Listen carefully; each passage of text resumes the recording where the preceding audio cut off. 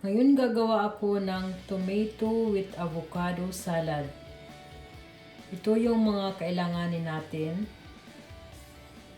Tomatoes, cucumber, avocado, onion, vinegar, oil, pepper and salt, at saka parsley and basilicon.